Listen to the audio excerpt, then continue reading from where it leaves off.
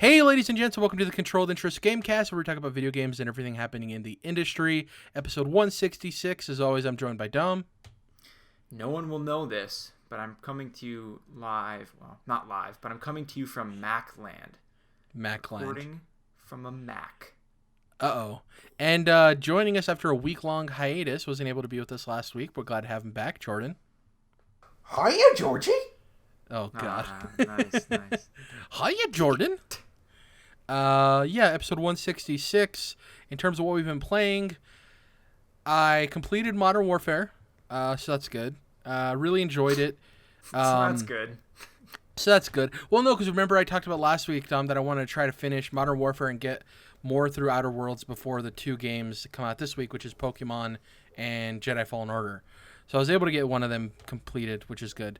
I didn't expect to...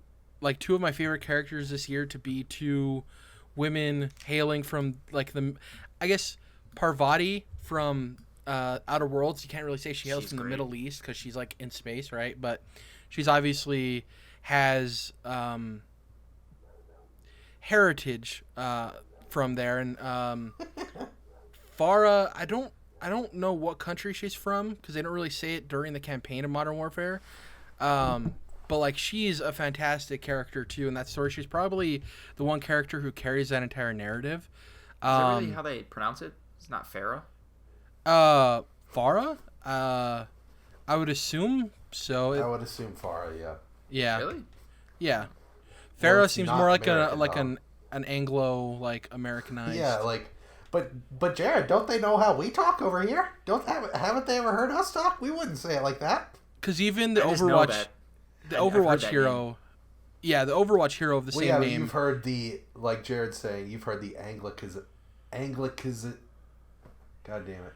Anglicization. Yeah. We whited it. Whatever it is. Yeah. I don't know if you guys heard leading up to Modern Warfare how there was some controversial missions in which it happened during the preview events of this child having to avoid soldiers in her own home, and she'd have to like crawl through walls, and it was basically talking about how a lot of times these people who grow up in the Middle East that are very anti-American, it happens for some of them at a young age because they're the innocent bystanders whose families end up being cannon fodder in a war they're not even fighting, right? And they end up just being innocent victims in a war that's taking place near them that they have no involvement in. So how else would America look to someone like that than an evil empire? You know? Exactly. And with her, she's basically the lens in which you see the past, and you go back in time with her when she was a child, and you see how she became this leader of a rebellion and what happened in her life to make her the way she is. And her brother's also a prominent character in the game who he's about, I would say, when you do the flashbacks, 7 or 8, and she's about 5.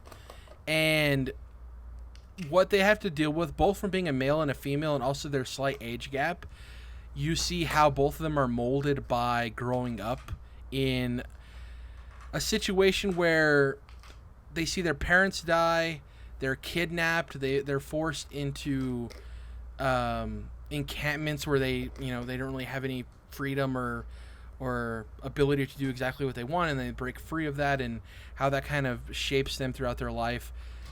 The one thing I will say that's pretty cool about this game is if you're somebody who played the first 3 Modern Warfare games, it touches on a lot of, obviously it has Captain Price from that trilogy in this game. He's one of the lead non-playable characters, but it also touches on some of the story beats they hit in the first 3 games, and they tease them at the end of the game for future installments.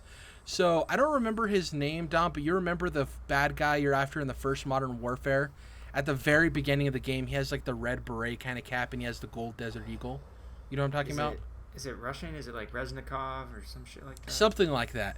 He appears at the end of this game as he's finally making his movement in some city-state, and he's trying to take over. And the Russian guy that helps you in Modern Warfare that ends up dying, his also name ends with like Brevnikov or something like that. He's featured in the campaign of this.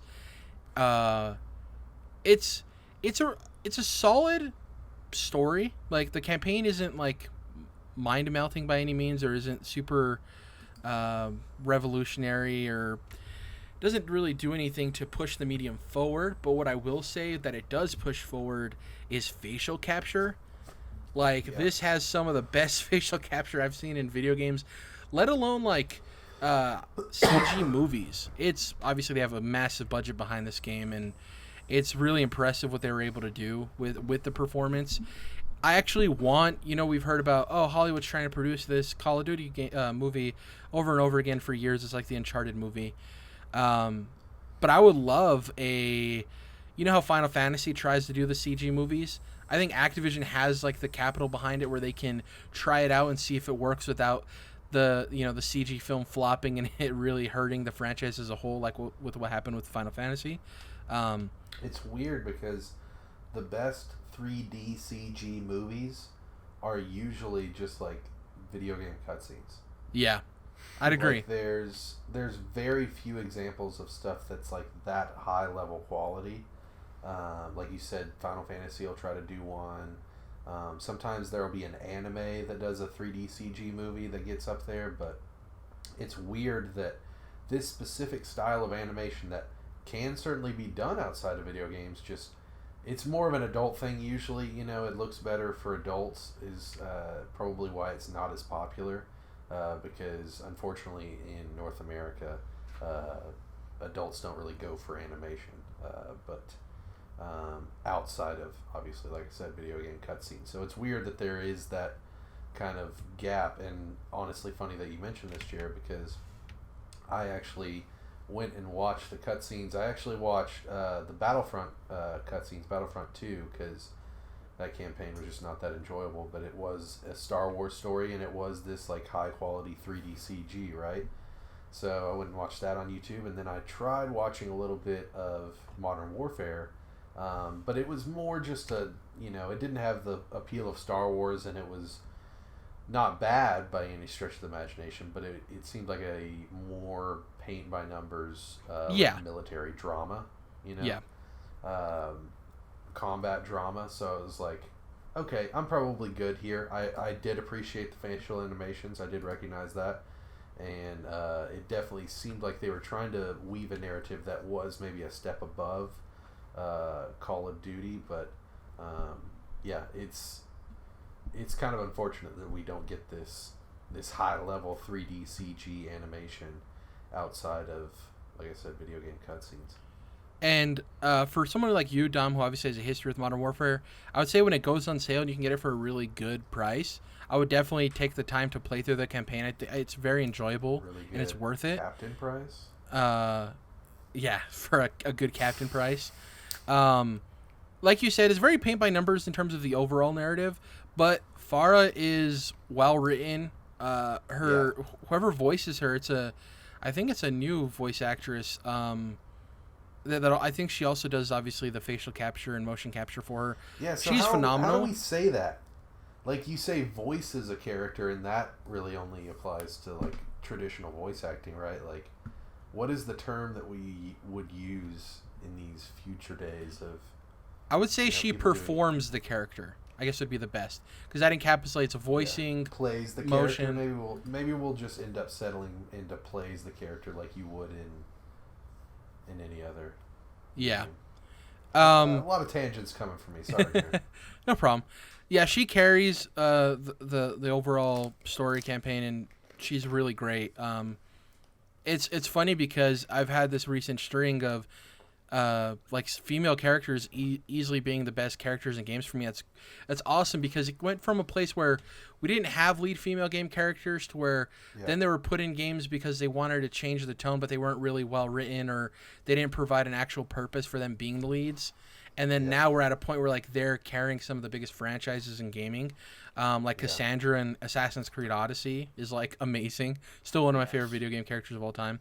It'll be interesting to see once we finally turn another corner and the lead writers on these big AAA games are females, and maybe the protagonist is also female, and then we'll get that new perspective. That'll be really interesting. Man, And really quick, well, since you mentioned Cassandra, Anglicanization. Because you mentioned Cassandra, I'll point out again, as I did months ago, that's an awesome character that has a shit ton of dialogue options. So that's even harder to do, I feel like, to make a character that likable when you're also giving them, 5 different dialogue choices in every single of the thousands of damn quests in that game. Where people are making their own character, but it still lands for so many people. Yeah, exactly. Yeah, I feel like that's got to be even tougher. So yeah, kudos again to that team because Cassandra is fucking awesome. I didn't have much time to touch Outer Worlds, unfortunately, and I think that's going to be the game I play over holiday break, along with some others that we'll get to later with the X019 announcements, because we have Pokemon coming up and Jedi Fallen Order, which are the 2 games that are going to take my primary focus. Pokemon is here, Jerrad. Pokemon is no longer coming up. Yeah, it's out, dude. Once we get off the show, we're literally just like preparing ourselves for the evening. Well, at least I'm going to play it tonight. I don't know about you. So Jordan, you're in on it then. Cool. Yeah. A lot of the reviews I've read too, even the ones that aren't super favorable, because it has had I think it's sitting like at between 80 and 83 on Metacritic, so pretty good for a Pokemon game. Even the reviews that aren't as favorable talk about the thing that we had talked about, where this isn't the game that we necessarily want on consoles, but it does provide enough where it does look like a good step towards what we want. So that's good to hear. What did you say, Jordan? It'll get us going. Exactly. It's a step in the right direction. Dom, are you day one? No. You're you day one on what I think. You're day one on Jedi Fallen Order, right? Well, no, because no. Well, Dom, I think I gotta ask. I would love to know what you think. Tell us, please. I just am not interested in Pokemon. That's all. Just like, is it a kiddie game? Is it the collecting? It's more the aesthetic. I don't know. As it's gotten, as the years have gone by and it's gotten onto more and more powerful hardware, to me, like, it's like started to. I don't like the way it's looking. The last iteration, it was still on 3DS, so it's like, yeah, okay, it's still like, it was dumbed down enough, I guess, because of the hardware, where it still looked good. This version to me is just like, it was the same thing I thought with what's the other game, Animal Crossing, when we saw that footage, and I was like, whoa, I don't know, and that's really superficial and not totally fair of me, but that's where I'm sitting with it. There's a bunch of other RPGs on the Switch I really want to play first, if that's a better way to. Yeah, I think there's a stronger case to be made that, like, for Animal Crossing, in my opinion, it's more of an art style choice of, like, I don't think that game could ever look extraordinarily better, but I do think there's a case to be made for Pokemon, where it's such a big franchise that, like, there comes a certain point where you need to. We need to get a Pokemon game reveal where it's like, wow, and not just like, okay, cool. You know what I mean? If that makes sense. I think there needs to be like a jaw-dropping Pokemon reveal at some point. It probably will never happen, though. It needs its Breath of the Wild. It needs its Mario Odyssey. Yeah. It felt like seeing, that world kind of more detailed than it's ever been. Felt like, when you've read a book and then, you've been familiar with the book series for years or something like that, and then you see the movie. Trailer comes out. Yeah, and it's like, oh, it looked way better in my head, and that might not be fair to the people that made the movie, but it's totally just the reality of it. Yeah. Honestly, even when we go back before even like pixel art was beautiful, right, and just like 8-bit, I think I've talked about this with you before, Jerrad. There's something to be said for like old school RPGs, the pixel art. It's still limited in like what they're doing in their animations, but you use your imagination to kind of like reveal the world to yourself. Yeah. And then when they make the remake, kind of like what you're saying, Dom, with book to movie, it's like, ooh, I don't know if I imagined that. And then I think that's what's so important about both Resident Evil 2 remake and Final Fantasy 7 remake, is that people have responded very positively for the most part to the character kind of recreations. It's like the less your mind has to do in terms of working through its imagination, the less forgiving you are as somebody who's experiencing it. Because you're like, oh, this is I don't have to work as hard, but this isn't. It should look like this. I already know what it should look like. Yeah. And there's obviously a lot of subjectivity there. So like Link's Awakening was an example of they added more detail in the remake and it did work for me. But I'm certain there's a good portion of people out there that are like weirded out by the remake. Like, no, that's not how I thought that this would look. With this would graphics. look or that. I've heard that. I have heard that. Well, yeah, Kyle Bossman from Easy Allies hard passed on, even though it's one of his favorite games because of the art style. Right. So, see, I just. You gotta give it a try, man. The art style shouldn't Dom. You're not interested in Pokemon, period, for the most part, right? So it's like I'm not gonna fault you there, but if you're someone who's gonna play this type of game, but then you see the art style and you're like, fuck that. It's like, dude, come on, man. But for a game like Link's Awakening, it's like you see that, you don't like that, and then it's also $60. So it's like a double whammy. I get that part for sure. Yeah. Been going a while in terms of what I've been playing, so I don't want to take up too much more time. All of these tangents and conversations we've been having. Dom, the Pokemon hater. I'm just kidding. I'll wear that badge proudly. And Dragon Ball Z hater. You just hate everything I love. I love it. Jerrad, I think you enjoy bringing up the fact that Dom hates Dragon Ball Z. And Dom, I just remembered. Oh yeah, I revel in it. I own it. I gotta own it. Yeah. Revelry in the dark. Anyways, I'm trying to think of anything else I wanted to mention. Mandalorian first episode. Watched it. Really enjoyed it. I thought it looked like what I expected it to look. I thought it had the production qualities of a Star Wars movie. Some people are having issues with him never taking off his helmet and stuff like that. I'm not really feeling any of those issues. I thought the writing was pretty solid. I thought some of the new characters they introduced were great. My one criticism with it, and I do think it's because it's a slower paced show that is obviously heavily based on westerns and old samurai films. I wish they were a little bit more forthright with names and for people and locations and stuff. It seems just like that information's slowly trickling in. That's not a huge gripe. I'm not super holding it against the show. It's just character names.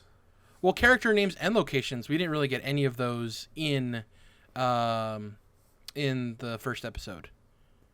Gotcha. Yeah, it's not a huge thing. It's more a nitpicky detail, but yeah, I really enjoyed it. The forging scene is dope. I think that ties into him keeping his helmet on. This show for me has an air of mystery that Star Wars had lost for so long, and I think that is one thing that made the original trilogy so special that neither the prequels nor the Disney Star Wars movies have been able to capture for me, which is that space, that science fantasy, not just sci-fi, but the science fantasy aspect of it, and the mystery. And I think that was intentional, Jerrad. Like you said, you kind of noticed that with the Western vibes and all that. I get some of the complaints, but I also disagree with a lot of them. I love the fact that it's a masked character and he is more mysterious and he may not necessarily be the squeaky clean bad guy that everybody loves to fucking root for. I get the complaints about the blue guy character and then the animal that he ends up riding and kind of just catching on really quickly. I did kind of find those parts iffy. But for a first episode, I thought it was really strong, and I told you guys, has really restored a lot of faith in Star Wars for me because it just has so many elements that I felt like had been missing for so long. And thankfully, a lot of the elements have been brought over from the other two Star Wars television series we have, which is Clone Wars and Rebels. A lot of the like I said, the air of mystery and the dedication to lore outside of just the Skywalker saga, really, really appreciated that. So, I'm just throwing my 2 cents in on Mandalorian. Also, real quick for those who are listening, we're not going to spoil anything, so don't worry about that. Just if you're listening, you don't have to turn it off. We're not going to spoil anything. I was planning on waiting until the season was over, but like I said, Kind of Funny's reviewing it, so I thought I'll just go ahead and watch it weekly. But Yeah, I have not watched any trailers and have not like looked at any information online. I'm very much in line with that sentiment. You haven't watched it yet, Dom? No, I've been caught up with Outer Worlds. Any of my free time, I've been put to that, and I didn't realize that Disney Plus, a lot of it is in 4K, including this show. Yeah. So I wanted to prioritize. HDR. Yeah, I wanted to prioritize watching it when I have the opportunity, like, to on my actual 4K TV. So. I don't even have a 4K TV, and I was watching The Lion King. Whoo, baby, film is Which so one? beautiful. What I will say, Dom, is I suggest getting to it sooner than later because. Which Lion King? Huh? Which Lion King were you watching? Oh, the original, the OG, the animated. Okay. I don't even know if is live action on Disney Plus. It may be a little early for that, but they are both beautiful films. Is the reason that I couldn't tell. Yeah. Good point. Dom, what I will say is get to it sooner than later because one of the things I loved about it as a quote unquote pilot for the series is it ends with a really good jaw dropping moment that I think, good TV shows do well of like, oh, I can't wait for the second episode. So, Right. Yeah. That's it for me. Dom, obviously you talked about Outer Worlds. Are you any closer to finishing it? Did you finish it? No, I mean, I've spent a lot of time with it, but I think maybe I'm halfway done. What level are you? 21. Okay. 21 or 22. I know about around what level you end the game at, but I don't want to spoil that for you, so I'm not going to say. Well, no, I want to know that. What is it? Around 30. So you might be farther than halfway. Shit. I mean, I've been doing a lot. Like I said, That's true. last You might week, be I've been over doing- leveled, right, for your area. Who knows? I think I might be, but I mean, nothing. I talked about it a lot last week. There's nothing really new I can say. It's still really damn good. So, you didn't watch Mandalorian. Did you check out anything else on Disney Plus, or you just have been all focused on Outer Worlds? Yeah, we watched Bug's Life and a little Cool. Lizzie McGuire, as one No, does. oh my goodness gracious, Lizzie McGuire. There's going to be a lot of fun random rewatches from people Oh, yeah. on Disney Plus. Yeah. I will loved say, real quick, the day that Disney Plus ahead, came yeah. out. I loved two of the first things I watched in it is I started binging Recess, which is one of my favorite childhood Oh, cartoons, Fuck. and I started binging Gargoyles, which is also one of my favorite. Oh, Cartoons as a Gargoyles kid. is heavily underrated. And the Yeah. creator started a hashtag on Twitter called Binging Gargoyles in hopes of like Nice. seeing if enough promise was behind it so they can greenlight the series to come back. And it was pretty successful, man. There was a lot of people talking about Gargoyles, which is dope. Ooh, and also Ben Stiller in Heavyweights. Great movie. That's been on there. Heavyweights is on Disney Plus. I must have Yes. missed it. I need to go back and watch. It's one of my Excellent. favorite DComs, dude. So good. So good. So good.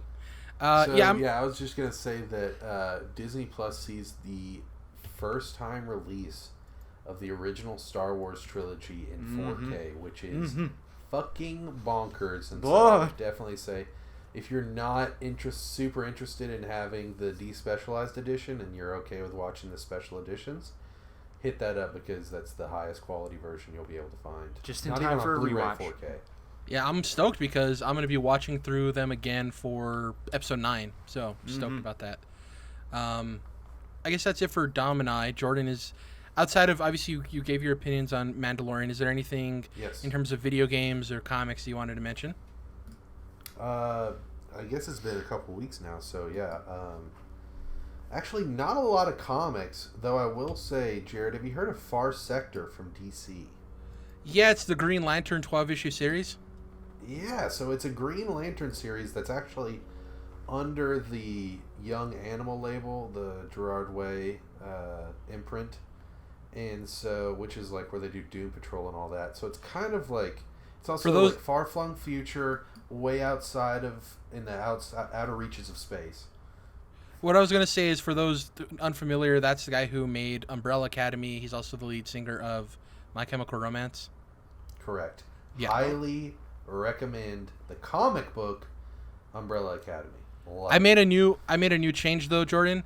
Anything that is a limited series, or like we know how many issues of it there's going to be, I made a change to where I'm not going to read it until the whole thing's out, and I'm only going to stick to ongoing comics, so I can pull back on the amount of comics I'm reading each week, and then it feels like an event every time. It's so much easier to stay caught up. Exactly. Yeah. It's so much easier to stay caught up, and then you feel more fulfilled with the miniseries because miniseries can be really tough week to week, man, or month to month. It's the telltale they're not donut as thing fulfilling. of video games, where like you're reading Yeah. one and then you're waiting for Sorry. Great way to go. Interrupt you. Great way to go. So yeah, Far Sector is technically a Green Lantern book, even though it's kind of like very different, technically in continuity, but very different.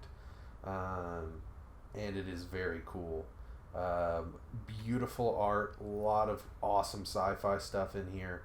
It's got a cool story so far. It's starting with a murder mystery because they have basically had their first example of violent crime in like 500 years on this planet or whatever.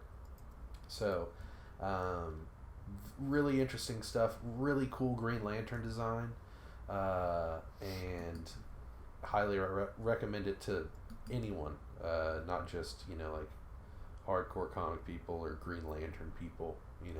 Just a cool book so far, and it seems like I said, it's not gonna be heavily connected to like what fucking Batman and the Justice League are doing right this minute. So big shout out to Far Sector.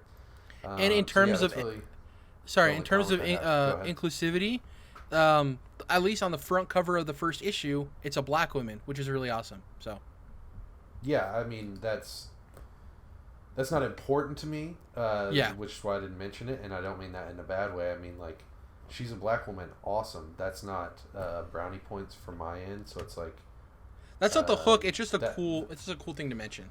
I'm not trying to make a big deal out of it. Yeah, I was just trying to say, like, I'm not trying to downplay that fact. Yeah, I get it. I didn't mention it is because it doesn't register for me. Yeah, but it does for other people, and I'm glad you mentioned that. So, movies is where we're at. So, big shout out to Good Boys. Now, Jerrad, you brought this up and recommended it to me back in the day. I mean, I still haven't seen it. As a middle school Superbad. And it kind of is that, but it's totally its own thing. I mean, it's a teen goofy comedy, right?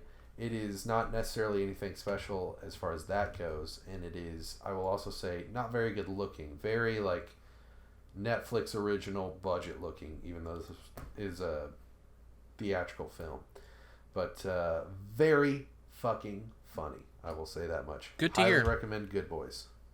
I love how I recommend stuff, and then I'm like the last one to actually watch it. Yeah, so it happens. Yeah. Huge shout out to Spirited Away, Studio Ghibli. Hell yeah. On Halloween, I watched Arachnophobia for the first time.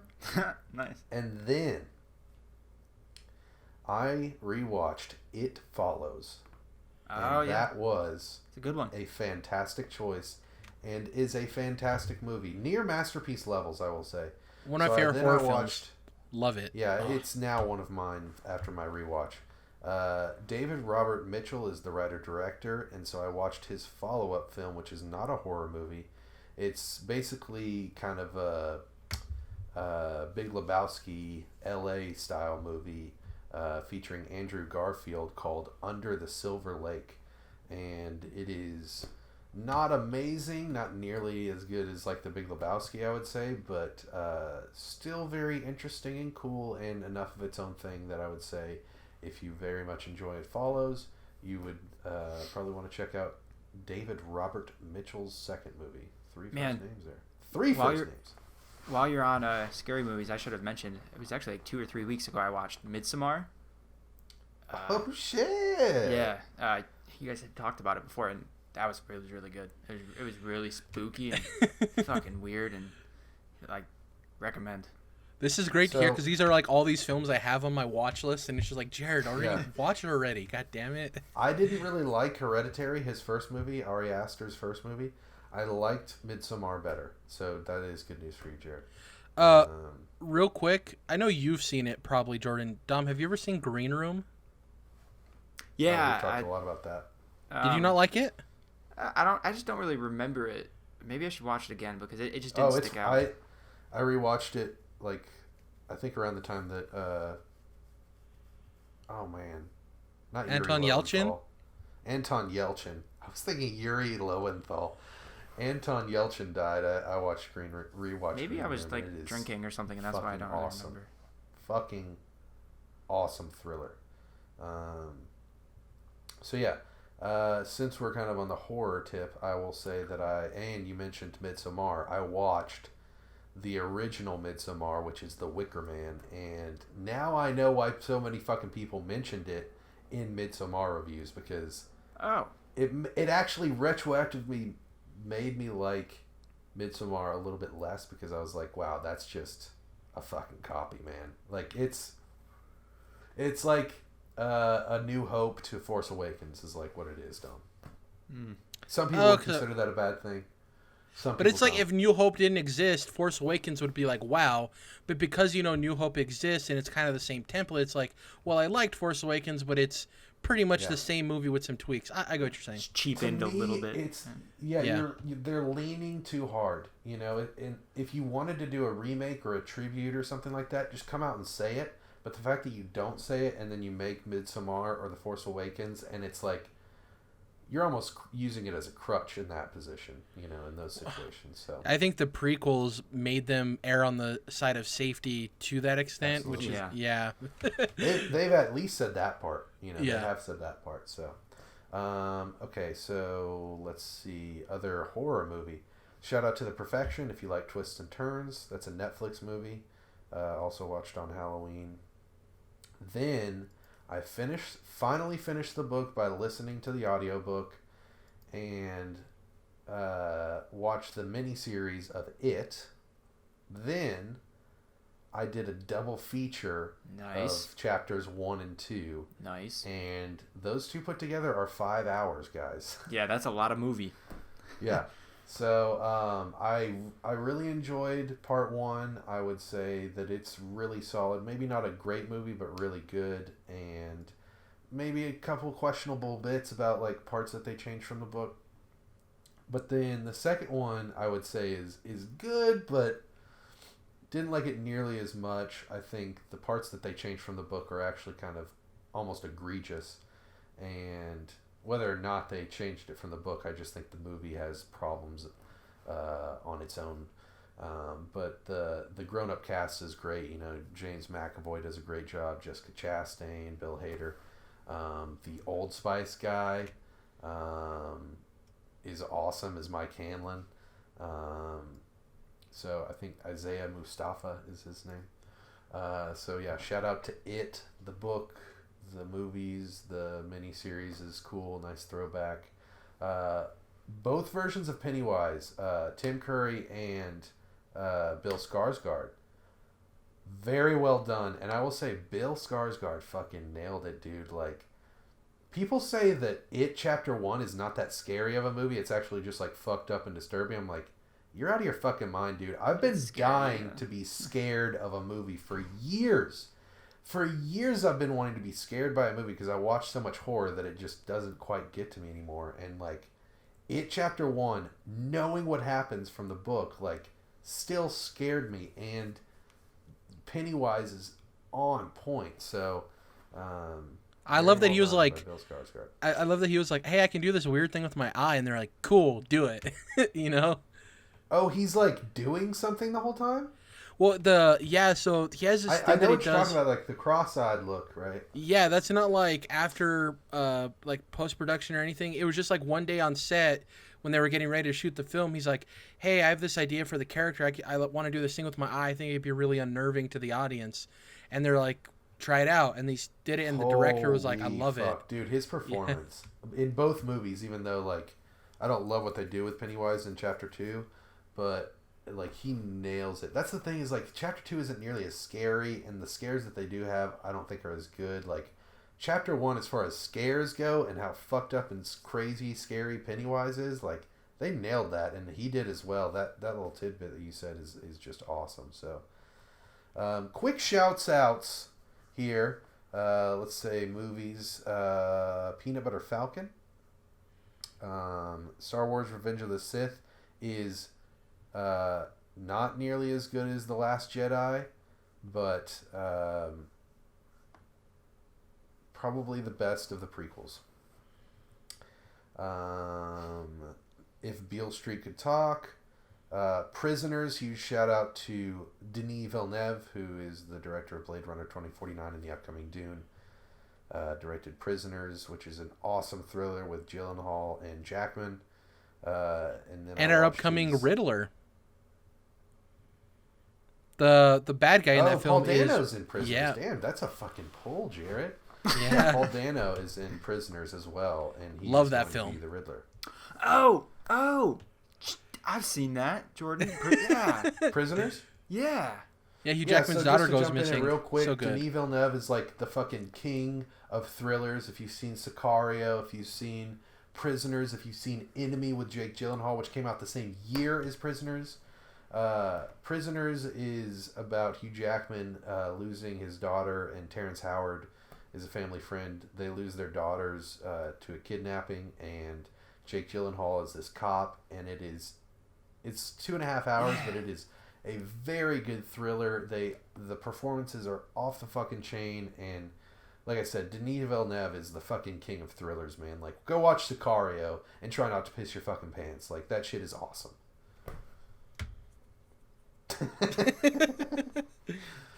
But yeah, Prisoners is less of a thriller, but still got that psychological thriller. Dom is just like remembering this movie in utter fondness. It was a couple years ago, but it was good, man. Like you Very said good. it, and I was like, that sounds familiar. Jake Gyllenhaal, and then Hugh Jackman was. Oh, I remember that. So that was same brutal. year, they did a movie together. Jake Gyllenhaal and Denis Villeneuve did a movie called Enemy together, where I don't want to spoil anything. Actually, I'm not even going to say fuck all about Enemy. If you liked Prisoners, go watch Enemy with Jake Gyllenhaal. Go watch Enemy. All right. Even if you didn't like Prisoners and you never heard of Denis Villeneuve, if you like good movies, go watch Enemy. Okay, then I just want to give a quick shout out to Polytechnique, which is an earlier film of his before he was doing English language films back in Montreal. And this is about a school shooting that actually happened in Montreal, I think in 89 or 90. And when I talk about thrillers, man, that shit is gut-wrenching from moment one till the end. Like, it is handled so well and done so well, and is very tough to watch, very difficult to get through, but is, like I said, just so well done. And so shout out to some of his earlier stuff. I should probably wrap up here, but I'll just say this. Rick and Morty Season 1, I'm going back through the series real quick before Season 4 finishes up so I can go through that. And, man, just what a fucking show, dude. What a fucking show, man. Like, I'm cracking up. I'm trying not to crack up right now just thinking about the lines from that show and the stupid, goofy, fucking bullshit that they make up for this goofy ass show, man. Like, I'm squanching over here. Like, oh god, squanchy. Like, there's so much stupid shit in that show that is just so fucking funny. So, big shout out to Rick and Morty. No spoilers for episode 1 of season 4, but it was great seeing that they had a character that was an analog to their toxic part of their fan base in the actual episode. So good. Funny. And the other thing I want to mention, shout out to Jeff Loveness, who's one of my favorite up-and-coming comic writers. He's now an official co-producer on Rick and Morty. So, congrats to him. Loveness wrote something that I just read, dude. Holy shit. He did part of an annual recently. Trying to think of what no. else. Putting me on the spot. I don't remember. Yeah, It's something brand new. Yeah, Strange Skies Over Berlin. No. Strange Skies Over East Berlin, which is really good. It wasn't Far Sector, was it? I don't know if he wrote Far Sector. Continue, I got the look up. Okay, so we're going to be heading into the news portion. Usually we do quickie news and we have our topic. There wasn't much in the way of quickie news outside of Google Stadia announcing that a bunch of their features aren't going to be at launch, which is very interesting for that product. Man, that's a whole conversation for another day on how that whole thing is going to end up. But obviously Xbox had their X019 event, which is now their annual kind of like fan event that they do towards the end of the year. They've been doing, I think, 3 years now, including X019. In the past years, there hasn't been a whole lot of announcements, just some updates, maybe a couple of reveals in terms of acquisitions, but nothing crazy. This year, I wouldn't say they blew the roof off or like they did anything extremely crazy, but I do think it was a very well-rounded. What did you say before we were recording, Dom? It felt like half of an E3 in a good way, like half of one of their E3 presentations. Yeah, which was more than, like you're saying, we would have expected. Yeah, it was cool. A lot of good stuff. I mean, I didn't watch it, but there's a lot of good, cool announcements and things. I would say from an announcement perspective, this was better than a couple of the past PSXs, like overall, and vastly superior to the previous Exos, like vastly superior. So we're gonna get through these. If something pops out at you and you want to talk about it, just let me know because we have quite a bit to go through. So we're just gonna be heading down this list here. It's kind of in chronological order with a couple of things I moved around for the sake of ending on a high note in terms of what they talked about. So the first thing, there was a teaser trailer for Rare's new IP. This game is going to be called Everwild. For those of you who maybe didn't see X019, what I will say is imagine a Monster Hunter game, and this is all I'm getting from the teaser. It's not officially a Monster Hunter-like game, but imagine a Monster Hunter-like game, but with the art style of a Sea of Thieves, or what Rare has been known for. So a little bit more cartoony, a little bit more colorful. This one is a little bit more sci-fi for Rare too. They had a lot of creatures, and I guess the best way to put it is a lot of the made-up alien creatures in this look like they'd be the type of creatures you'd find in the Outer Worlds or maybe on No Man's Sky, right? Those like very weird mashups of like, oh, that's a giant warthog, but it looks like a rat. So it's like a giant rat with tusks, right? Or a deer with an elongated neck who's doesn't have antlers, but instead has these like weird, flowy, flowery ears. Jerrad. Yeah. Tales from the Dark Multiverse, The Death of Superman is what Jeff Loveness recently wrote that I read. I think I have that in my back catalog. He's been writing a lot of stuff. I don't know if like with Rick and Morty, if he's going to be doing a little bit less because it's going to be taking up quite a bit of his time. But yeah, he's a good up and coming writer. Say DC is doing so much Elseworlds shit right now without calling any of it Elseworlds, and the Tales from the Dark Multiverse stuff is pretty cool. Shout out to Jeff Loveness. Back to the announcement of Rare's new IP. Sorry, it took a long time for me to look that up. That's fine. It's interesting because it, on the surface, if you took a quick glance at it, you wouldn't think it was a Rare game, but when you pay attention to the actual environment and the way things are designed, it definitely gives off their feel. There was no comedy in this teaser. It was a very somber, very beautiful, slow-moving, orchestral type trailer that's kind of just teasing the world. None of the characters hunted creatures, but they were searching for them. So that's why I got the Monster Hunter vibe. Once again, I don't know what type of game this is. I do think this was a good enough teaser to excite fans of Xbox who were watching it, but it didn't give enough of the game away that when they come at E3 next year or the Scarlet announcement that we expect earlier in the year and they show more of the game, I don't think it will feel like it wasn't earned. You know what I mean? I think they did a good job here of teasing it, believing that little bit there for people to want more for the upcoming shows. And for Rare to have a new IP, that's good. They also made sure to double down and say, we're still supporting Sea of Thieves. They had talked about a new update for that game as well, but at least they're willing to... Microsoft's letting them do something that necessarily isn't in their wheelhouse. Like I said, it wasn't a comedic beat to it. When you hear about Rare, you're like, oh, it's a fun, cartoony, family-type game with some comedy built in. This had no comedy in it, so really cool. No comedy. Next up, Matt Booty. Shout out to him. Rocking everywhere. Wow. He head of... Thank you for getting that reference. Head of Xbox Game Studios. So, Dom, which... video game executive makes me want to hit myself in the head with a hammer more? Is it A, Mr. Matt Booty, or B, Doug Bowser? Based on their names or based on their actions? Based on the internet's reaction to them and its insistence to make jokes every single time one of these people is mentioned. Thank you, Jerrad. Bowser. Or is it maybe Bowser? The fact that Nintendo and him like Doug himself are playing into the Bowser joke is just enough to make me turn the edge to where I'm like, okay, I can get with it. So he came out in an interview afterwards, and they asked him about Rare's new IP and why he wanted them to show it here at X019. And he talked about how he liked that they were working on a new IP and for them to be able to move off of Sea of Thieves and try their hand at something else creatively. But then he made a statement, which I really enjoyed. He said, as Xbox Game Studios, we've moved from a point of acquisition and growth to execution and delivery.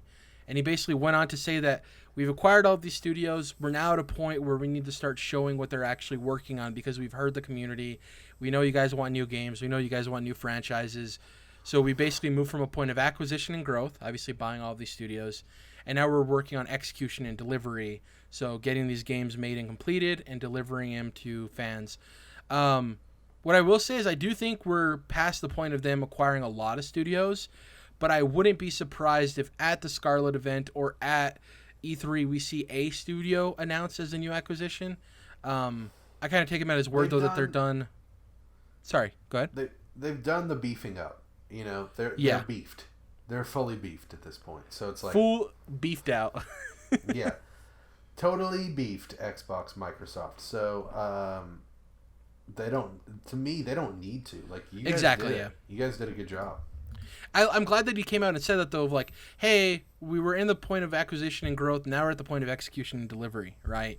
He wanted people to know, like, you're not going to be, don't worry about, all we're going to ever hear is acquisitions, but we're never going to hear about the new games. He's like, no, we're at the point now where we understand we have to show what these teams are executing on, what they're going to deliver, and why we made the investment in them, you know? So that's a lot of kind of like marketing speak, like acquisition, execution, delivery, you know, it's like, but that's exactly what I want to hear from you. Exactly, like, yeah. We acquired, we are executing, you know? Exactly. Speaking of acquiring, one of the studios they did acquire, Obsidian Entertainment, who's riding off of the high of the Outer Worlds right now, they revealed a new survival game, and boy, did this come out of left field. Because first, you're thinking, Obsidian Entertainment survival game, the studio that's like known for their really hardcore RPG games that people love. What I will say about this game is it's called Grounded, and the way I'll describe it to you is imagine a survival game like Minecraft, but very much inspired by Bug's Life or Honey, I Shrunk the Kids. So, you're human beings, but you're shrunk down and you're navigating a world, in the normal world. So, like the trailer shows you walking through, you see this giant baseball. A lot of the enemies are like insects and stuff. Yeah, I was thinking Toy Story, but yeah. Is this 2D, 3D, isometric? It's 3D. It's the art style is, I don't know, it's not like unique or anything. It's just like, oh, it's a survival game, but it's so basically what they talked about during the announcement is when they were working on Outer Worlds, this game was already in pre-production as like a test experiment, right? Because a lot of these indie studios, they test out a lot of projects to see what they can move forward with because they always need to be working on something to be able to have money flowing in, right? Because the financial situations for those companies are so delicate. So they were working on this game as a prototype. Once they were acquired by Microsoft, they weren't sure what exactly was going to happen, if they could move forward with it or not. They showed it off to Microsoft execs, and they're like, hey, we love this. They greenlit it, and they're like, yeah, move forward with it. So obviously Obsidian has differing studios. They have the one studio that's working on Outer Worlds and RPGs, and they have this other studio that's working on Grounded. It looks really fun. It's going to be coming out for game preview and in Game Pass next spring, and the game preview is going to be within Game Pass as well. So if you don't have Game Pass, you can purchase the game preview like other game preview games, play it that way. But if you have Game Pass, it's going to release in there as well. But remember, it is a game preview game, so it's early access essentially where they're going to be working on it. But this goes to the point of Game Pass of like, hey, it's another new game coming out that if you have the service, you can try it out for free. It might not be your jam, but it is really cool to finally get that Honey, I Shrunk the Kids AAA game that people have, not a lot of people have been wanting, but when people watch Honey, I Shrunk the Kids and they're, partially into video games, they're like, oh, how interesting would that be to be so small and navigate a real life world, because things that aren't really dangers become dangers, right? We're not afraid of ants by any means. We had that game, and it was one of the better 2D Zelda games, and it was called The Minish Cap. Yeah, but I'm talking... Great game. But that isn't 3D. True. Yep, absolutely. You got me, so I had to like reverse it. But yeah, you're right. Also, though, Jerrad, I feel like you're thinking that there's all these fucking people out there watching Honey, I Shrunk the Kid franchise and being like, boy, I really would like a AAA game in this space. Like, no, Disney not even Plus just came out. No one was watching Honey, I Shrunk the Kids for years before that. I guess, it's yeah, just not the specifically video concept games. Yeah, but I think smallness. anybody who watched Honey, I Shrunk the Kids had the thought of like, how would I navigate through that? Like if I got shrunk down. I feel you on the Bug's Life. The giant raindrops and shit like that, I feel you. Yeah. It looks really fun. I doubt either of you will be interested in it, honestly, because you guys aren't multiplayer people. It is going to be able to be played single player, but with survival games like that, especially like Minecraft, they're okay single player, but you get a lot of value from it and fun from playing with friends. So I don't know if it necessarily hits your guys' demographic for what you guys like to do in video games, but it looked cool. Yeah. It looked unique at the very least. I get the name Grounded, but I don't think they nailed it. Yeah, it's not a great name. I get it. It makes sense, but you didn't nail it. Yeah. And the funny thing there, too, is like, if this is going to be a digital-only game that's releasing on Game Pass, they don't really have to worry about marketing, so I wonder if they didn't even spend much time worrying about the name. You know what I mean? Right. Yeah, and who knows? It's going to be in early access. They could change the name by the time it fully releases. Who knows? So, next up, there wasn't a whole lot on this game, but it's called West of Dead. Has either of you heard of it? No. It's an indie game.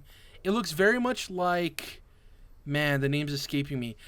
You guys know that recent indie game that came out where it's a roguelike, but it's like pinball? No. Boy. It's like a recent release. Roguelike. You're a guy going through dungeons with a sword, but you like hit stuff and it's like pinball. Anyways, I think I know what you're talking about. Is it Creature in the Well? Creature in the Well. This has a very much Creature in the Well aesthetic of like very thick, kind of non-accurate, bolded black lines to the characters and objects and stuff. So wait, did you play Creature in the Well? No. Okay, I'm wondering if this fucking pinball roguelike thing worked out. I mean, people like it, all right.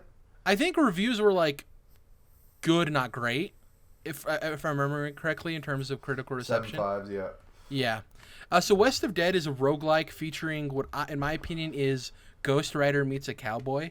So think of like an old Western outlaw, but he's a flaming skullhead, right? And he has like the very brash. Jerrad. After this like Ghost Rider 1 billion BC or whatever, you know, now you got me thinking like, oh, I want a cowboy Ghost Rider, like, damn, that like would an be old cool, West. Dude. That'd be pretty dope. Yeah. Yeah, because like he's riding a horse, obviously, just like the mammoth on the BC one. So, the good, the bad, and the devilish, or something. Yeah. Like Jonah Hex Ghost Rider. So they didn't really show a whole lot of that game, and it didn't really. There's just wasn't a whole lot to it, but I mean, the concept on its own, a roguelike with a Ghost Rider type character, is going to get some people in the door. So that's cool. Also, considering it was featured here, I wouldn't be surprised if it comes out day and date on Xbox Game Pass.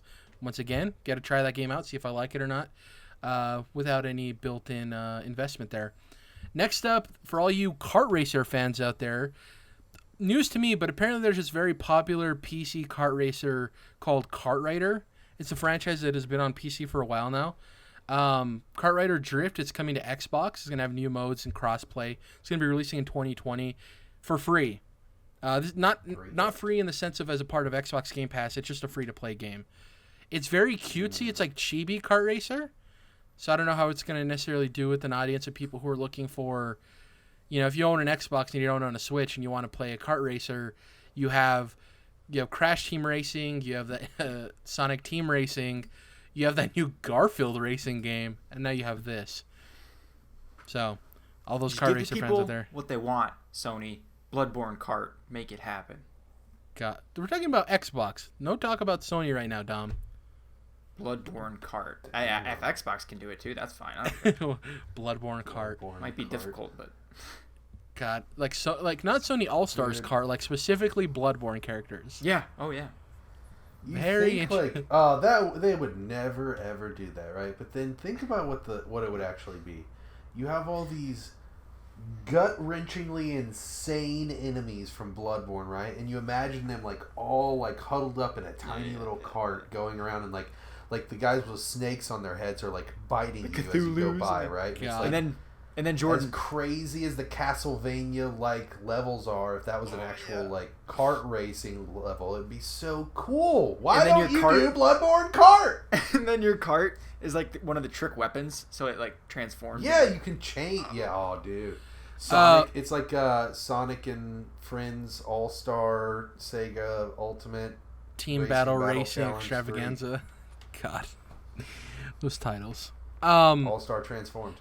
So this next announcement, Ninja Theory gave an extended look at Bleeding Edge, which remember was their new game that leaked before E3, unfortunately, and then we finally saw it.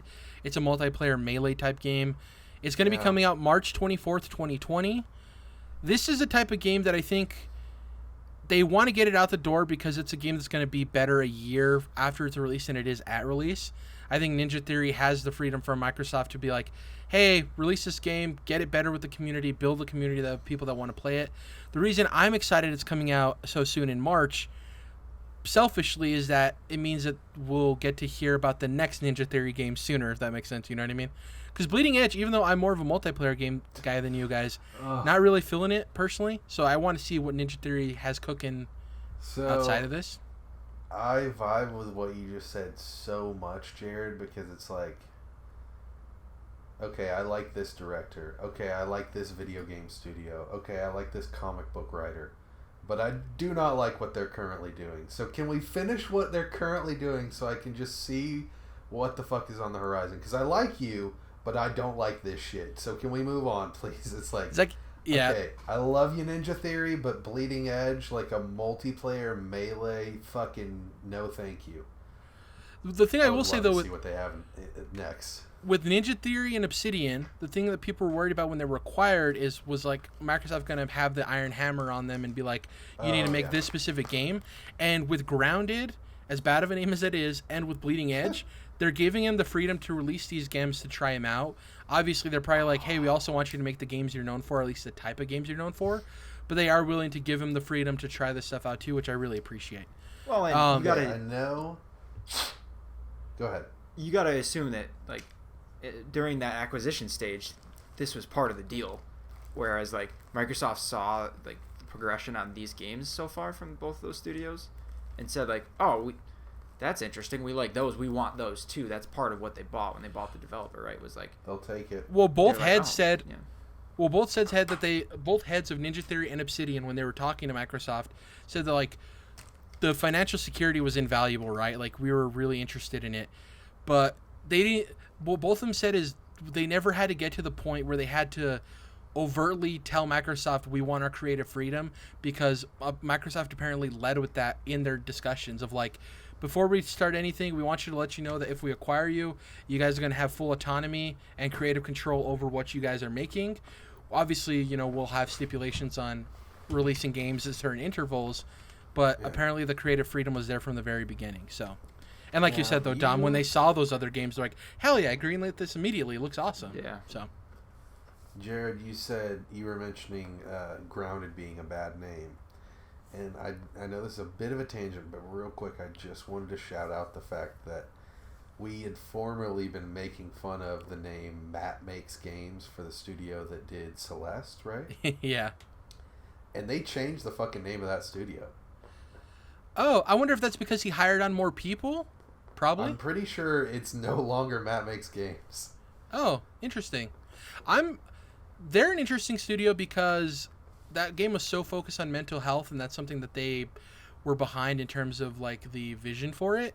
I'm really intrigued to see what they do with the success of Celeste, and if they stay in that same realm of smaller indie, or if they go to a little bit bigger of a project in scope. Who knows? Yeah, maybe if we pester them enough about Grounded, they'll change the name of that too. We're going to move through a lot of this quite quickly because the end of it we're probably going to be talking for a little bit. So next up, Planet Coaster coming to Xbox summer 2020. It's a really cool theme park simulator game that people have loved on PC. Great to see it coming to console. This came as a surprise. Don't Nod announced a new game in collaboration with Xbox Game Studios, so it's published by them. It's called Tell Me Why. If you've played Life is Strange, it's essentially that same kind of aesthetic. But the craziest thing, so it's coming out summer 2020, and in the announcement, Jordan, guess what they announced? All chapters. What? All chapters coming out at once. Ooh. The synopsis for this game, Tell Me Why. You play as a pair of twins. One of them is transgender. It's a male and a female as adults, but they were both born as females. And it's about their emotional journey of growing up together, being twins, one of them being transgender. And obviously there's probably going to be some knowing don't nod supernatural elements to it that weren't very clear in the trailer. But it's coming out summer 2020, which is dope. All chapters at once. I wonder if Xbox is talking to them being like, hey, don't nod. We love what you guys do, but we need all of this to come out at once. You know what I mean? So, yeah. Very interesting. That's another game going to be coming out day and date on Xbox Game Pass that I can't wait to check out. Yeah, I really enjoyed Don't Nod. Next up, do you guys remember the Artful Escape from E3 like 2017? It was the very colorful musician, like guitar playing, music centric 2D side scroller game. Cool. Disappeared for 2 years. Showed up here. Going to be releasing in 2020. So no official date yet. We'll probably get that at E3, I assume. So I hate to keep interrupting, but I just want to be accurate here. They technically shut down Matt Makes Games, and the same people then started the studio Extremely OK Games, which is still not a huge improvement in the name department, but we'll take it. Yes. Yeah. I would take that as a name change, too, because it's composed of the same people, you know. Anyways, next up, Dom, Project xCloud. I know you've been excited about the streaming future. So, they didn't have too much to say. I guess they had enough to say. First off, A, coming to Windows 10 in 2020. Cool. B, developers who build games for Xbox are already building games for xCloud, so there's little to no additional effort needed for them to be on the streaming service. That's great, especially with all the news we're hearing about the terrible launch lineup for Google Stadia. C. Forgot that Stadia existed until today. C. Like a month. EA is like a huge partner for Microsoft with this streaming stuff. They brought somebody from EA out on stage. They talked about it. Madden's going to be on the service.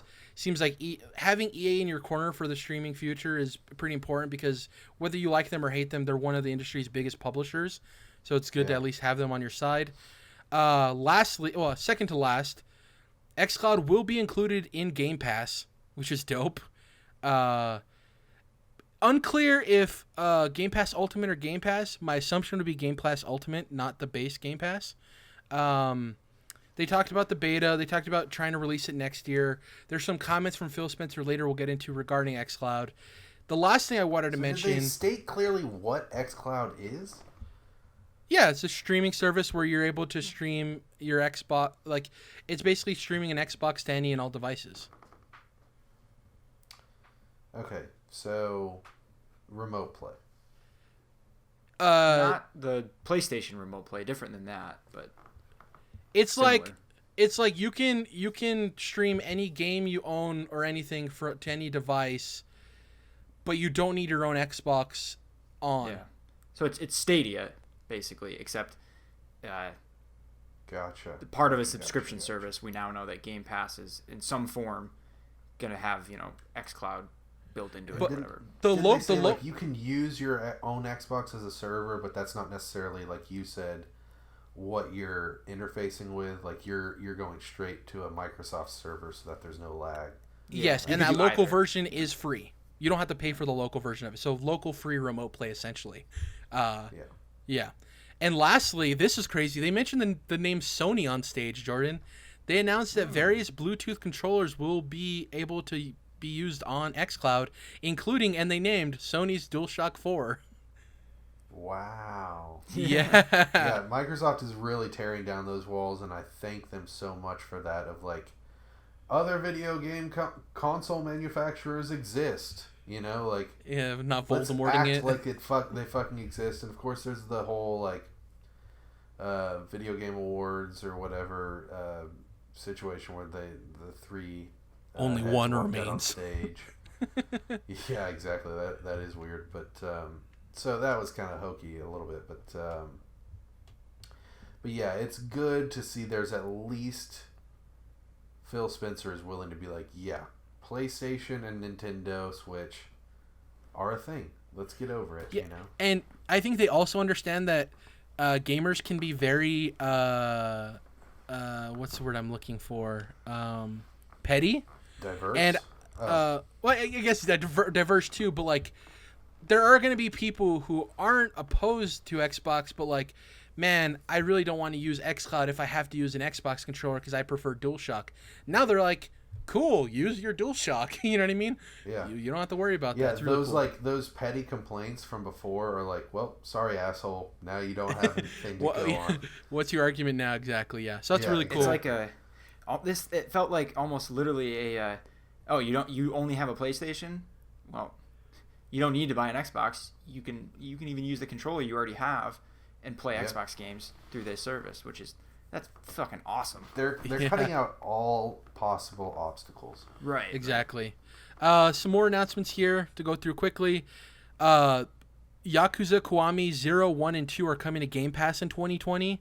Huge, because Yakuza has been a franchise only on PlayStation in terms of consoles. I think it's also on PC. But that's huge. Yakuza has always been a series me personally I've wanted to try out, and now without having to commit to actually purchasing the games, I can try them out on Game Pass, so that's really cool. Did Judgment come out on Xbox? No. Actually, Yeah, it was. so that's I don't think so. I could be wrong about that though. Judge Eyes, as it was called in Japan. Next up, developers of The Flame and the Flood, the Molasses Flood, announced a new game called Drake Hollow. Not much information outside of the name. A brief teaser of some kids going through some dark woods, which is obviously very reminiscent of The Flame and the Flood, or Don't Starve Together, if you're familiar with that piece of game. And that game is also launching on Game Pass in 2020. Any indication if that's a survival similar to Flame of the Flood? If there was no indication in the trailer, but I think if you are familiar with The Flame and the Flood, you'd be like, oh, okay, this is in the same vein. Different theme and setting and stuff, but yeah. I enjoyed that, so I'm looking out for their next game for sure. Next up, Halo Reach. The 4K version of it's going to be releasing on Xbox One and PC on December 3rd. This is essentially the remaster of Halo Reach, because obviously Reach wasn't included in Master Chief Collection. On top of that, the rest of Master Chief Collection will follow Halo Reach on PC as well in the coming months. So that's good. Now, for Reach PC gamers. was previously on the Master Chief Collection, just to be clear. Yeah, but with the PC version, Didn't they launch were with it. exactly, yeah. Next up, they unveiled Age of Empires 4, which this drew a huge response from people. People love Age of Empires. It was initially announced 2 years ago, and we hadn't seen anything since. This was the first gameplay reveal since then. Looked great. They unveiled the studio who's now responsible solely for making Age of Empires. They're called World's Edge, which I think is a pretty cool studio name. Yeah. Yeah. A lot better than Matt Makes Games or extremely okay games. Yeah, so they're going to be focused solely on Age of Empires. They said we'll hear more about that game in the future. They also talked about the Age of Empires 2 Definitive Edition, which also launched today, the day of recording, November 14th. What else is here? Minecraft Dungeons is coming April 2020, sorry. It's Diablo, but in the Minecraft world, also launching on Game Pass. I can't wait to check it out. As somebody who's always been interested in Diablo but never dove in, this is a cool way to get into it in a world I'm familiar with. Yeah, they did some gameplay of it. If you like Minecraft, you're probably going to love this game. If you like Minecraft and Diablo, it's like a perfect combination, obviously. Next up, Wasteland 3, which is from inXile. Once again, this goes back to the previous thing, Jordan, about Ninja Theory. Wasteland 3 is coming out May 2020. I can't wait because I have no interest in this game, and I can't wait to see the next thing inXile makes. Stepping over that one and moving on to the next. Exactly. Seeing reception on Twitter and social media, people who are really into Wasteland really liked what they saw. Apparently, it's a step up in terms of graphics and just overall polish of the game for the series. Yeah. So that's cool. Doesn't really do much for me. I'm Now- not huge into those classic computer RPGs. Did inXile do Disco Elysium? Can one of you Google that while I'm going through this? That's actually a good I question. certainly will. Yeah. which It'll is be much obviously a easier hit than a the hit last game as of 2019 right now. It's one of those under the scene games that people are loving. It's going to be talked about during the end of the year Finally game of the year coming to discussions. console next year. It is developed by ZA/UM Zaum. Zaum. So not. Okay, we're getting to Not the an meat of XL. this. This is where some big bombs were dropped, Jordan. You ready for this? Big bombs. Coming to Game Pass in 2020, Final Fantasy 7, 8, 9, 10, Whoa. 10-2, 13, 13-2, Lightning Returns, and 15. So nothing but 4-7? Nothing before 7, no. So That 7 is and so beyond. weird. That is so weird. Well, have they released... Because that's not even a console break. Like 6 and 7 are both on PlayStation 1. So that doesn't even make sense from like, oh, they'll let us have the PS2 versions, but not the PS1. Like, that Can doesn't you even play make Final sense. Fantasy 6 on PS4, though? No. Maybe that's the point? Because I know you can play them on PC, but I don't know if you can play anything before 7 on PS4. Can you play 6 on Switch?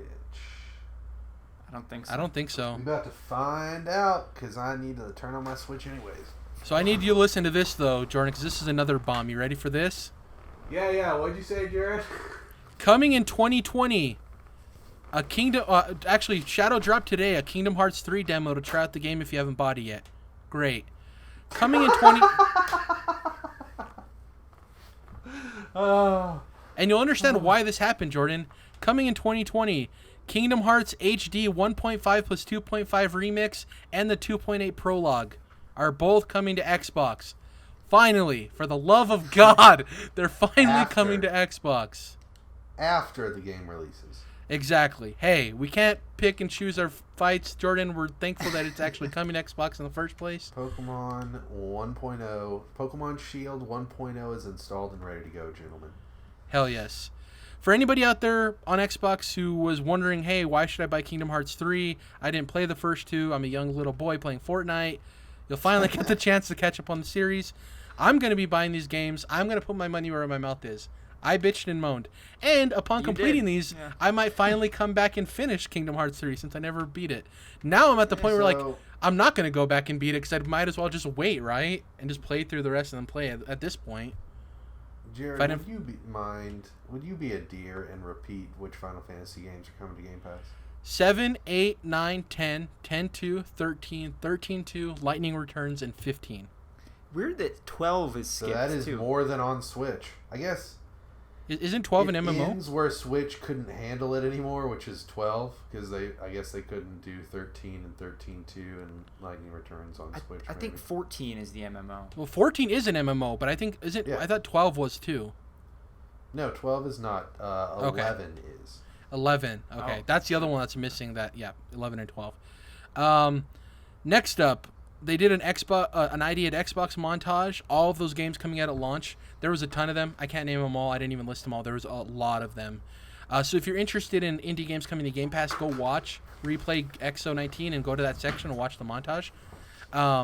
They did a good job of, they showed all the games and the titles and everything. I didn't feel like writing all of them down, if I want to be honest. A lot of Next times they up, break those montages out too.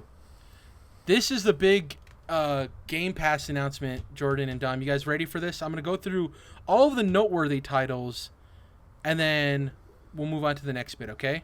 So, Shadow dropped today, the day of X019, coming to Game Pass. Age of Empires 2 Definitive Edition, which we talked about.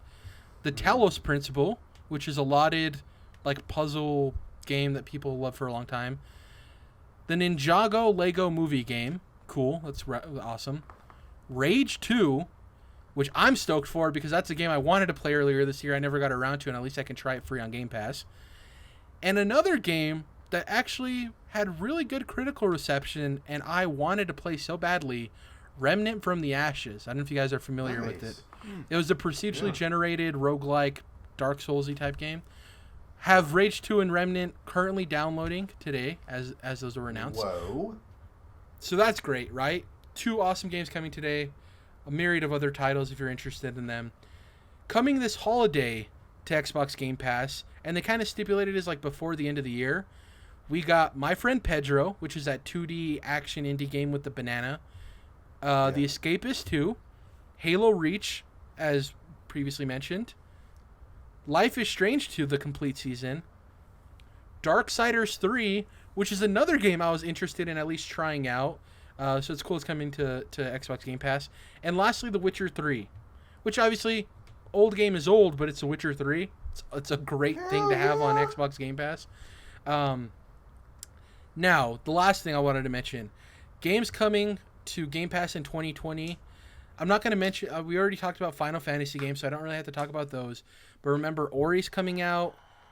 Forager, which is this really neat, cute indie game. And all of the other previously mentioned Xbox One exclusive titles like Grounded and Bleeding Edge and Wasteland 3. And Minecraft Dungeon. So, quite a bit happening for Xbox Game Pass. I don't think there's an argument to be made that it's the best value in video games, hands down. It's not even close. Like, it's ridiculous. Remnant from the Ashes is a third-person action adventure game? Yeah, it's a roguelike procedurally generated. So, you can play through it. I get that part of it, but the moment-to-moment gameplay is what I'm asking about. Third person, it's Soulsy. Very much Soulsy. Soulsy, okay. But I'm seeing shooting here, so that's very interesting. Lastly, before we head out, Phil Spencer came on stage to talk. Our boy Phil Spencer. He had some things to say about Xbox in general. He had some things to say about xCloud. And he had some things to say about Project Scarlet. So... And he had some things to say about Hong Kong.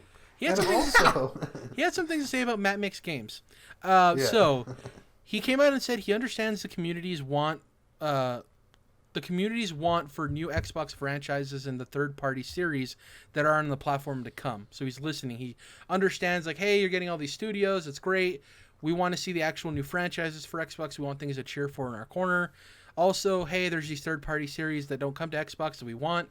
We saw that Final Fantasy coming to Game Pass, all of those games.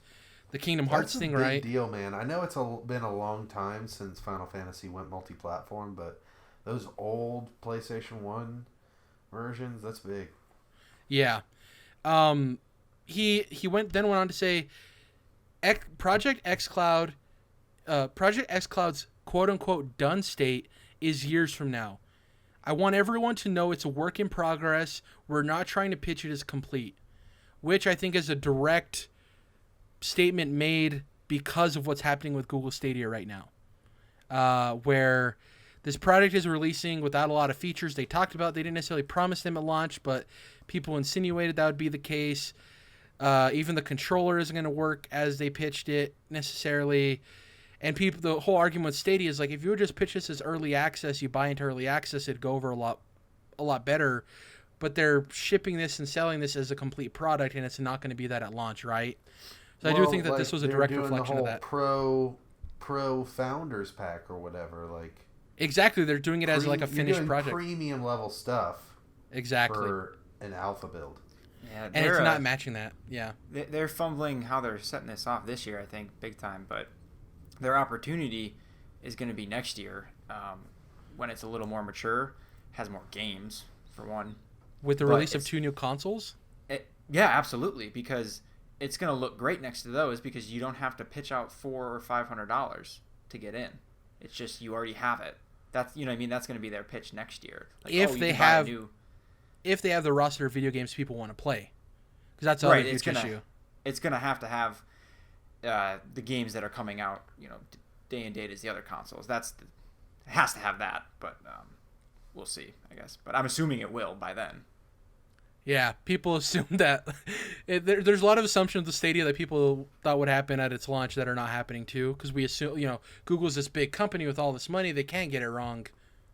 And it's like, well, I think, it's more timing, and they've screwed up, but because they can't, because developers had to make the games for Stadia, right? So if games that are coming out today for Xbox One and PS4 have only been started, at most a year ago probably for Stadia, so they just take more time. But that's why I think by next year the major publishers and developers will be able to have Stadia games coming out day and date.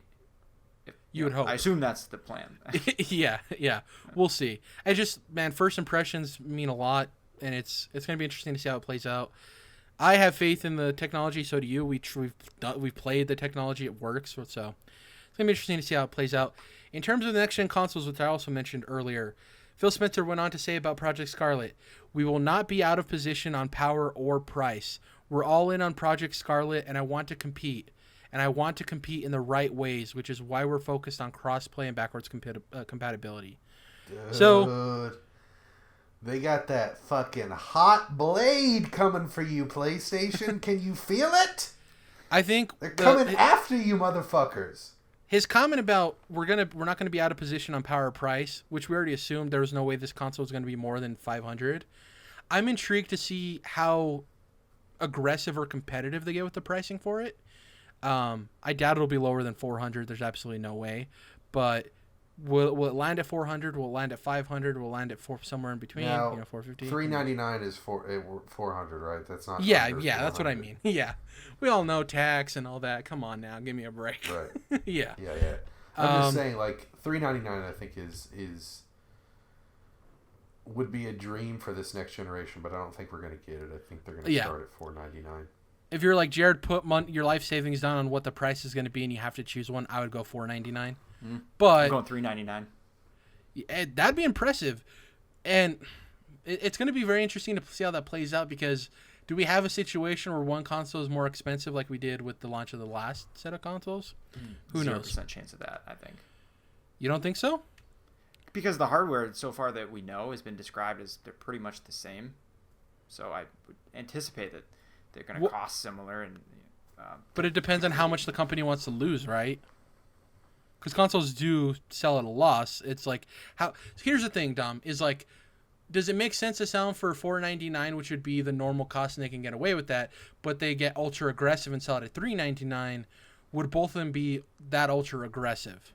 That's the type of shit I'm talking about, where Microsoft, it sounds cutthroat what he's saying to me, like legitimately in a very exciting way for me, because I want to see how they play this game with PlayStation coming up with this next gen, because currently PlayStation is not even in the stadium to play the game, right? Like fucking Phil Spencer's tapping his fucking bat on the home plate and he's like ready to swing, and fucking Sony just hasn't even showed up to the arena. So if they decide to play ball, then I really can't wait to see how Microsoft handles it, because so far they're ready to fucking play, man. They are stepping up to the plate for real. The interesting thing is, if the Xbox comes out at 400 and PS5 comes out at 500, I think the Xbox gets the edge, but PS5, I think tons of people will still buy it. If the PlayStation comes out at 400 and the Xbox comes out at 500, we could have a repeat of the Xbox One situation. You know what I mean? I think it's different for both of them. I think it hurts Xbox more if they're not the leading price and they're so far behind. Whereas with PlayStation, I think it'll hurt them a little bit, but not to the extent it would hurt Xbox. So they have to be competitive. Whereas I don't know if PlayStation feels they need to have the same price as Xbox. You know what I mean? If that makes sense. No, I don't know. Yeah, there's different circumstances for each individual, company.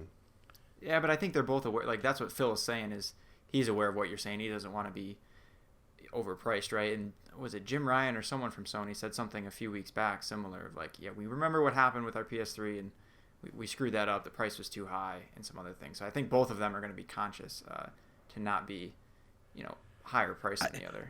What I'll say at this point is I have more faith in Phil not to mess something up than Jim Ryan, based on what they've said. And he also said, you guys hate controllers, right? You want to just use Mind Link on this next go-around?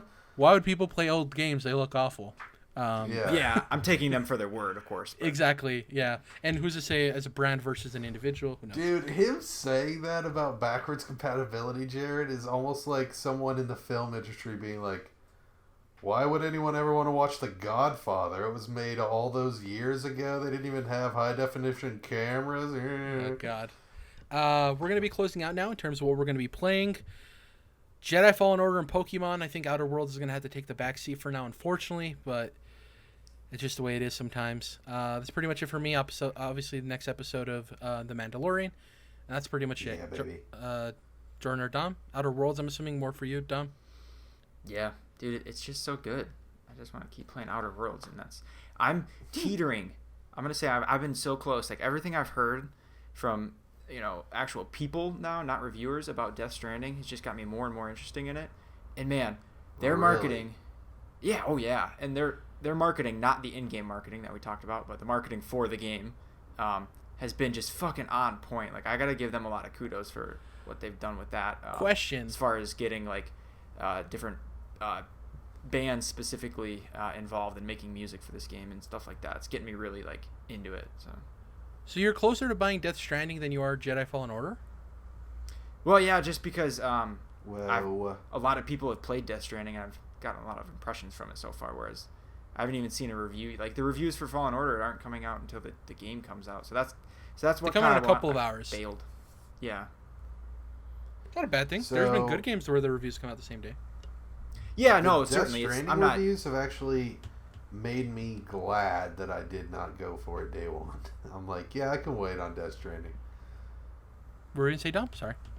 Yeah, many games have had reviews that come out when the game releases and have been graded. I'm not treating that like as a sign that it's gonna be bad. It's just okay. I got you. Less confirmed. Yeah. But yeah, and I don't know. We'll see. I'm still playing Outer Worlds, so I'm kind of like ultimately I'm still there. Yeah, like so I I can guess wait for like either. touting packages around is getting your whistle wet, huh, Dom? I don't know. Everything I've just been reading a lot of posts and tweets from people, which I thought it would be kind of the opposite, where like, yeah, a handful of reviewers really liked it, but then all the the more real quote unquote people wouldn't be as into it. But it's been like kind of the opposite, where like at least some reviewers were kind of like, not my thing. But I don't know, maybe this made me want to bring up a whole other discussion about like social media and what kind of bubbles we live in and such. But I don't know. I just feel like I've been getting Death Stranding. Yeah, I just feel like I've been hearing a lot of good from people. I have a locked and loaded takedown for Death Stranding of like, and I don't want to get into it. It's a whole like tangent, but you know how you guys know my opinions on Breath of the Wild of like how I feel all of these things they were saying were revolutionary about it being an open world game. I felt that other games did, and it's just finally coming to the Zelda franchise. With Death Stranding, it's like all the stuff of people talking about patiently walking from place to place and doing all this stuff. I've heard people bitch about that same stuff in like Assassin's Creed games or open world games of like, I don't know. It's just, you slap the term art on it and people turn things that they'd hate into things that they love. That's the thing that frustrates me. And also the discussion of once somebody says something's art, apparently people aren't allowed to dislike it because all art is supposed to be good, which isn't the case. The whole point of art is subjective. You know what I mean? I'm fine with people liking Death Stranding or not liking Death Stranding, but it bothers me that people use it as a defense of why it's good. Like, oh no, Death Stranding is good is because it's art. It's good because it's art, which that isn't a case for why something is good or bad. Yeah, that'd be weird. Right. I've not heard that one. That's like, I've heard plenty of takes about that. Yeah, it's and nothing against Death Stranding. It's specifically, it's just people using that as a case for that game specifically. So yeah. Anyways, I mean, I agree with that, Jerrad, because I fucking hate when people go, oh, this game is great, and it's like the gameplay fucking blows, but the story's good or the multiplayer is good, something's fucking good in the game, and so they just say, oh, it's a great game. It's like, well, there's a lot of different elements to that, man. And gameplay is king to me. It's a game I'm curious about, and I'll eventually pick up for $20, but I don't think I'll be touching it anytime soon. Personally. Yeah, anyways. I'm going to wait. Jordan, anything you're going to be playing, watching? Pokemon, obviously? So, yeah, we're raring to go here on Pokemon Shield, Jerrad, and of course, you'll be playing Sword, so I can't wait to see, how our first week with the game goes here in a few days. But we've got that, and then, as you'll note, I did not bring up playing Need for Speed Heat, which came out last week, the same day as Death Stranding. So actually passed on both of those games. Or not passed, I should say, just held and waited on both of those games. Probably for a sale on probably both. I might, break down and get into Need for Speed at some point. I've been thinking about just doing the DLC that I haven't ever played for Burnout Paradise, but that's like a whole, that's going back a few years. So Need for Speed seems like from reviews that it is certainly better than Payback, which how could it not be in a lot of ways? Certainly better than Payback, but is not necessarily anything stellar from what I hear. Not necessarily going to blow you out of the water. So it may be a perfect, $40 game. It may be a perfect Christmas game. It may be perfect when I just have a hankering in a week and like I said, I break down and play it. But it didn't need to be a day one purchase like Need for Speed usually is for me, because EA has screwed me multiple times, which is also the reason that I'm not day one on Star Wars Jedi Fallen Order, which is even crazier. I have an even bigger attachment to Star Wars than Need for Speed, so that is also going to have to wait. Not because I don't think the game's going to be good, but I mentioned Battlefront 2 earlier, and I just got screwed so hard by EA on that, and then got screwed so hard by EA on Need for Speed Payback, not EA Payback. Although, when you think about all the microtransactions they shoved into that game, you could think of it as EA Payback as opposed to Need for Speed Payback. Nonetheless, waiting on those EA games, waiting on that Death Stranding, but Pokemon is definitely day one. And then I still have excitement for those other games. I still have those. They're not going anywhere, and they're only going to get cheaper. So it's like I'm letting the excitement build on it, honestly. So yeah. Man, God, I love pre-downloading, because like once the 9 hits, I can play Pokemon and Jedi Fallen Order. Like, preloading is so good.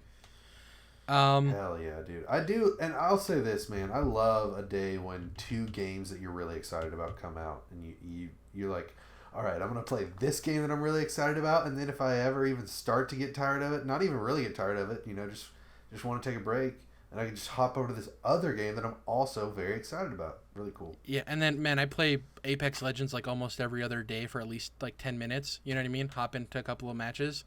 So like, Sure. I can't wait. That's been it for this week's show of the Controlled Interest Gamecast. If you can, please follow us on iTunes, leave us a review. It definitely helps us move up in the dreaded algorithm. Head on over to YouTube, search Controlled Interest, we'll pop up. Subscribe, hit the bell notifications so you know when we upload new videos. Go to Twitter, @CTRLINT, that's Controlled Interest abbreviated. Follow us for all the latest tweets about our videos there as well, in case you don't really pay attention to the YouTube sub box, because it's not something you should trust. Exactly. It's broken. And this No Clips documentary that I knew about. Oh, the ESRB one. Fucking algorithm. You can follow us individually. Jordan is at Mallow Modus, Dom is at Dom's Oreos, and I am at Jerrad_. We'll catch you guys next week. Bye.